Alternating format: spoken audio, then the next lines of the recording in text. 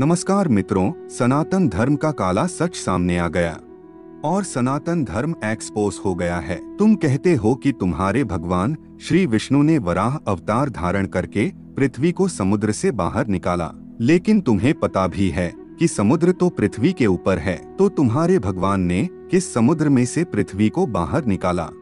अब बताओ कितना भ्रम फैलाया है तुम्हारे सनातन धर्म वालों ने। हमने तुम्हारे धर्म को एक्सपोज कर दिया है। ऐसा कहकर कई सनातन धर्म विरोधी लोग सनातन धर्म का उपहास करते हैं, लेकिन उनको पता नहीं है कि वह सनातन धर्म का नहीं, लेकिन खुद अपना और अपने घुटनों में रखे दिमाग का उपहास कर रहे होते हैं। 95% लोग ऐसे होते हैं जिन्होंने कभी सनातन धर्म के ग्रंथों को पढ़ा नहीं होता है और उन्होंने सिर्फ धार्मिक टीवी सीरियल और फिल्में देखी होती है और उन्हें देखकर सनातन धर्म पर टीका टिप्पणी करने लगते हैं। टीवी सीरियल और फिल्मों का उद्देश्य मात्र लोगों का मनोरंजन करना होता है। लोगों को जो अच्छा लगता है और जिनसे 2 घड़ी लोगों के मन का रंजन हो जाए, ऐसी बातों को वह लोग बताते हैं। सनातन धर्म के रहस्यों को उजागर करना उनका उद्देश्य नहीं होता है। हमारे वेद, उपनिषद और पुराणों में कई कथाएं बताई गई है और इन कथाओं का मतलब जिस तरह से हमें टीवी सीरियल और फिल्मों में बताया या समझाया गया है वह नहीं है, लेकिन यह कथाएं कई सारे रहस्यों को समेटे हुए हैं और इनका कोई दूसरा ही गूढ़ अर्थ निकलता है। आप चाहे वेद पढ़ो, उपनिषद पढ़ो या पुराण, अगर आप इन रहस्यों को डिकोड नहीं कर पाए तो यह ग्रंथ आपको एक सामान्य कथाओं से भरी किताब लगेगी। आपको कोई वैज्ञानिक तथ्य या आश्चर्यजनक ज्ञान की प्राप्ति नहीं होगी। लेकिन अगर एक बार आप उन रहस्यों को डिकोड करने लगे तो इस पृथ्वी पर इससे बड़ा कोई खजाना नहीं होगा। अब बात करते हैं भगवान विष्णु के वराह अवतार की। सामान्य रूप से जब हम विष्णु पुराण में भगवान वराह अवतार की कथाएं पढ़ते हैं तो उसमें बताया गया है कि सतयुग में दिति और कश्यप ऋषि के मिलन से हिरण्यकशिपु और हिरण्याक्ष नाम के 2 राक्षसों का जन्म होता है। यह 2 राक्षस ब्रह्मा जी से वरदान प्राप्त कर सृष्टि में उत्पात मचाने लगते हैं। हिरण्याक्ष नाम का राक्षस पृथ्वी को समुद्र में छिपा लेता है और इस पृथ्वी को जल में से बाहर निकालने के लिए भगवान विष्णु वराह का अवतार लेते हैं और हिरण्याक्ष का वध करके पृथ्वी को समुद्र में से बाहर निकालते हैं। तो भगवान विष्णु के वराह अवतार के रहस्य को समझने के लिए हमें हिरण्यकशिपु और हिरण्याक्ष नाम के 2 राक्षसों को भी समझना पड़ेगा। आखिर क्या मतलब है इन 2 राक्षसों का? राक्षस के बारे में सामान्य धारणा यह है कि राक्षस यानी बड़ा ही विकराल, अट्टहास्य करने वाला, माथे पर सिंग वाला, शक्तिशाली इंसान जैसा दिखने वाला प्राणी। लेकिन राक्षस का मूल अर्थ होता है कि जो शांति में अशांति फैलाए, जो जीवन को आगे बढ़ाने में बाधक हो, जो विनाश को जन्म देने वाला हो, जो सृष्टि के कार्यों में बाधा उत्पन्न करे, जो नकारात्मकता फैलाए। ऐसी कोई भी वस्तु, व्यक्ति, प्राणी, परिस्थिति या तत्व को राक्षस या दानव कह सकते हैं। और अगर हमें वराह अवतार की कथा का रहस्य जानना है तो हमें इन हिरण्याक्ष और हिरण्यकशिपु राक्षसों का भी गूढ़ अर्थ और रहस्य को समझना पड़ेगा और इसे समझने के लिए हमें सृष्टि के प्रारंभ काल में जाना पड़ेगा और भगवान विष्णु के मत्स्य अवतार और कच्छप अवतार के रहस्य को भी समझना पड़ेगा। तो आइए हम भगवान विष्णु के मत्स्य अवतार और कश्यप अवतार के ऊपर एक दृष्टिपात कर लेते हैं। तो शिव पुराण में बताया गया है कि भगवान शिव के अनुरोध पर भगवान ब्रह्मा ने सृष्टि की रचना की और हमारी पृथ्वी की भी रचना की। शुरुआत में हमारी पृथ्वी पूरी तरह से पानी में डूबी हुई थी और कोई भी जीव इस सृष्टि पर मौजूद नहीं था। तभी भगवान विष्णु ने भगवान ब्रह्मा के कहने पर हिरण्यगर्भ से इस पृथ्वी पर जीवन की शुरुआत की। यहाँ आप हिरण्यगर्भ, हिरण्यकशिपु और हिरण्याक्ष इन 3 शब्दों में समानता देख सकते हैं। अब आप कहेंगे कि यह हिरण्यगर्भ क्या है? तो हमारे वेदों में हिरण्यगर्भ को ही सभी जीवों का आदि स्रोत माना गया है। हिरण्य का मतलब होता है कीमती धातुओं का रस और हिरण्यगर्भ का मतलब है कीमती सुनहरी धातुओं के रस का गर्भ। और इस पृथ्वी पर जीवन की शुरुआत भी इसी रस से बनने वाले एक कोशीय सजीव से हुई है। और अगर आप कोश की संरचना को देखेंगे तो आपको पता चलेगा कि इस कोश के मध्य भाग में एक गाढ़ा तरल द्रव्य होता है जिसे जीवद्रव्य प्रोटोप्लाज्म कहा जाता है। और इस जीवद्रव्य का निर्माण कार्बन, हाइड्रोजन, ऑक्सीजन तथा अनेक कार्बनिक यानी ऑर्गेनिक तथा अकार्बनिक यानी अनऑर्गेनिक पदार्थों द्वारा हुआ होता है। इस जीवद्रव्य में चेतनता होती है। इस जीवद्रव्य का खुद का अपना दिमाग होता है और यह जीव द्रव्य ही पूरी कोशिका के कार्यों को कंट्रोल करता है। इसे इसीलिए सजीव लिविंग कहा जाता है।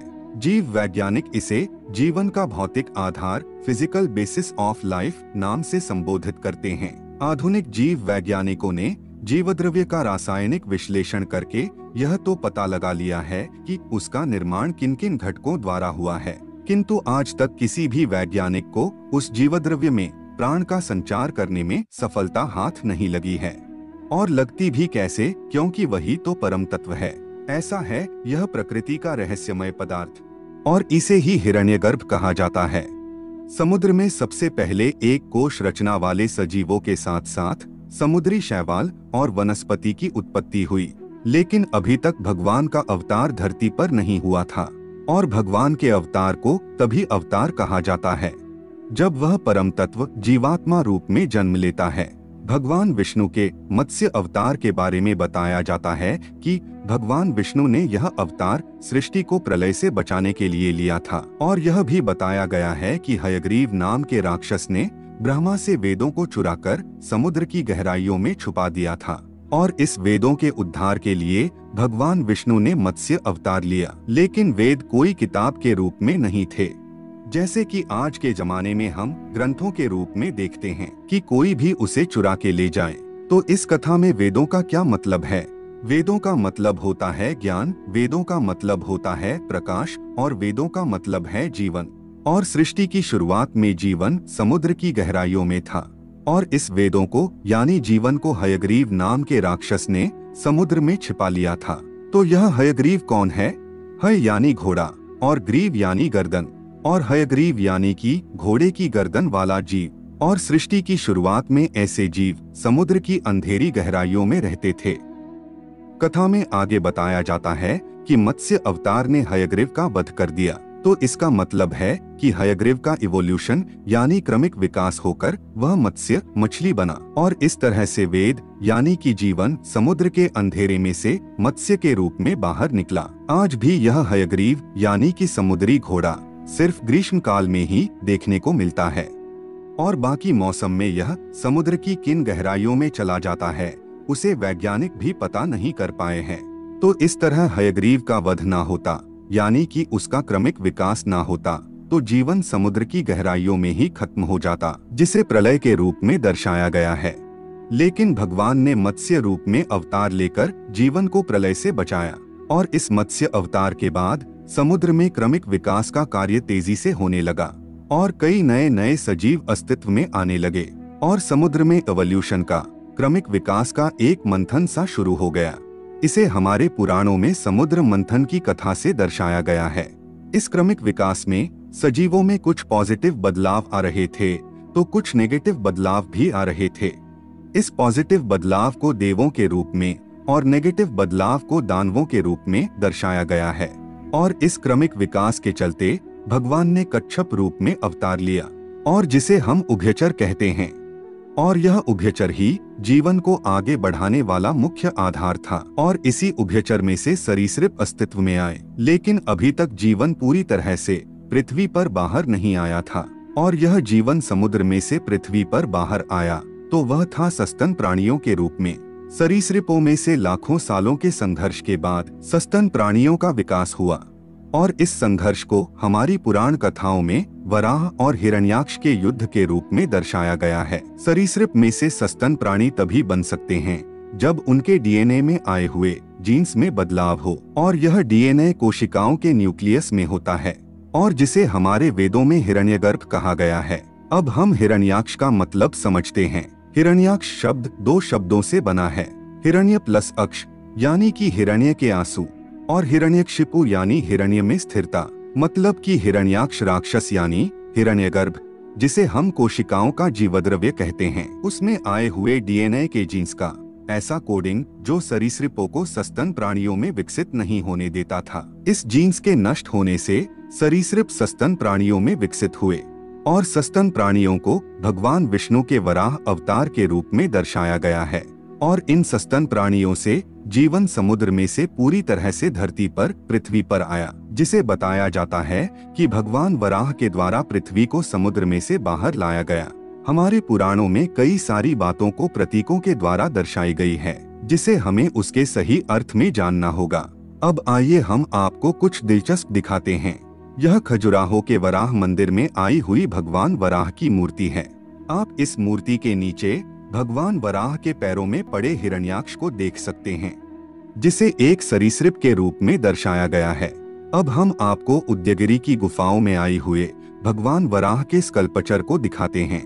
इसमें भी आप साफ तौर से देख सकते हैं कि हिरण्याक्ष नाम के राक्षस को यहाँ सर्प के रूप में दर्शाया गया है, जो हार कर भगवान वराह के पैरों में पड़ा है और भगवान वराह ने पृथ्वी देवी को ऊपर उठाया हुआ है।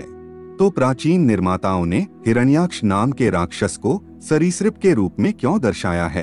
क्योंकि प्राचीन निर्माता भगवान वराह अवतार के रहस्य को अच्छी तरह से जानते थे। आशा करते हैं आप भी भगवान वराह के अवतार के रहस्य को समझ गए होंगे। अगर आपको हमारी यह प्रस्तुति पसंद आई है तो कमेंट में जय श्री हरि विष्णु जरूर लिखना। और ऐसी ही ज्ञान भरी बातें जानने के लिए आप हमारी चैनल आर्य लोक को सब्सक्राइब कर सकते हैं। धन्यवाद।